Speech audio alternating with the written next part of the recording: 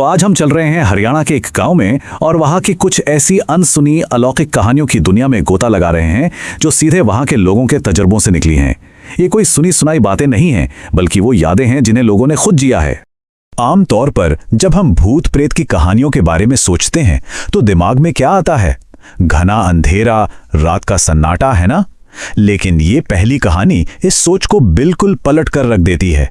सोचिए जरा, भरी दोपहरी में जब सूरज ठीक सिर पर हो तब किसी का सामना ऐसी चीज से हो जाए जिससे रूह कांप जाए। तो हमारी पहली कहानी ये कोई दूर की सुनी सुनाई बात नहीं है, बल्कि एक ऐसी आत्मा का जिक्र है जिसे कहानी सुनाने वाले पर्सनली जानते थे। और सच कहूं तो यही बात इस तजुर्बे को और भी ज्यादा परेशान करने वाला बना देती है। कहते हैं ना कि हर अतृप्त आत्मा के पीछे एक दर्द भरी इंसानी कहानी होती है। यहां भी मामला कुछ ऐसा ही था। इस कहानी की जो आत्मा है वो एक ऐसी औरत थी जिसकी जिंदगी अपने ही घर में दुखों और तकलीफों से भरी हुई थी। अब मौत के बाद जब पहली बार उनका सामना हुआ ना, तो वो बड़ा ही अजीब था। अजीब इसलिए क्योंकि वो बहुत ही मामूली सा था, कोई डरावना रूप नहीं, बस वही जानी पहचानी औरत नीले पेटीकोट और काले ब्लाउज में मिठाई मांगती हुई। और कभी कभी ना सबसे ज्यादा डर इसी सादगी में छुपा होता है। लेकिन अगली मुलाकात इतनी मामूली नहीं थी। एक अंधेरी गली में उस आत्मा ने कहानी सुनाने वाले का हाथ पकड़ लिया, और ये कोई हल्का सा छूना नहीं था, बल्कि एक ऐसी पकड़ थी जिसने उन्हें, जैसा वो खुद बताते हैं, अंदर तक हिलाकर रख दिया। उनका कालजा कती कांप गया। और ये सिलसिला यही नहीं रुका। उस आत्मा ने उनकी शादी में आने तक की धमकी दे डाली। डर इतना बढ़ गया कि उन्हें अपनी सुरक्षा के लिए एक ताबीज पहनना पड़ा, जिसे वहां की भाषा में गंडा कहते हैं। और हिदायत क्या थी कि अगर ये उतारा तो जान भी जा सकती है। तो चलिए इस एक व्यक्तिगत कहानी से अब आगे बढ़ते हैं और गांव के एक और गहरे, ज्यादा रहस्यमयी किस्से की तरफ चलते हैं। ये कहानी एक ऐसे अनुष्ठान की है जिसे देखने का दावा बहुत कम लोगों ने किया है। अब इस कहानी को समझने के लिए एक शब्द जानना बहुत जरूरी है, सेवड़ा।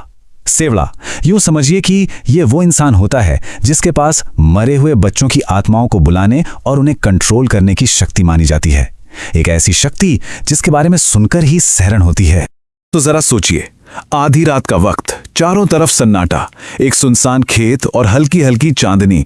इसी माहौल में कहानी सुनाने वाले और उनके दोस्त छिपकर ये सब देखने पहुंचे। जाहिर है दिल में एक अजीब सा डर और उत्सुकता दोनों ही रही होगी। और फिर उन्होंने जो देखा वो शायद उन्होंने कभी सोचा भी नहीं होगा।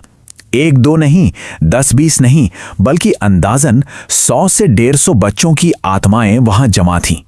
ये आंकड़ा ही अपने आप में रोंगटे खड़े कर देने वाला है। और इन आत्माओं की, जिन्हें कलवे कहा जाता था, एक बहुत अजीब बात थी।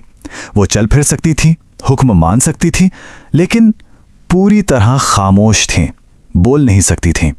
सोचिए, इतनी सारी आत्माएं और कोई आवाज नहीं। ये खामोशी उस मंजर को और कितना डरावना बना देती होगी। अब चलते हैं गांव की एक और लोक कथा की तरफ, जो जुड़ी है एक चुड़ैल, या जिसे वहां सारण कहते हैं, उसकी एक बहुत ही डरावनी कहानी से। तो इस कहानी में 2 शब्द बहुत अहम हैं। पहला सारण यानी चुड़ैल, और दूसरा जरक यानी हाइना, लकड़बग्घा। अब एक अलौकिक शक्ति और एक खूंखार जंगली जानवर, जब ये दोनों मिलते हैं तो कहानी अपने आप में ही खौफनाक हो जाती है। तो इस सारण से जुड़ा जो अनुष्ठान है ना, वो बहुत ही अजीब और एक एक डिटेल उसकी बहुत खास है। कहते हैं ये सिर्फ शनिवार की रात को होता है। सारण पूरी तरह से निर्वस्त्र हो जाती है, फिर वो मांस का एक भोग बनाती है और उसके बाद वो एक जिंदा लकड़बग्घे की पीठ पर बैठती है।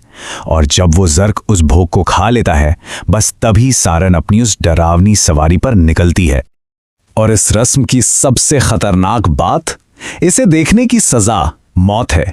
मान्यता है कि अगर किसी ने सारण को इस हाल में देख लिया तो वो जर्क, वो लकड़बग्घा, उसे वहीं पर मार डालता है।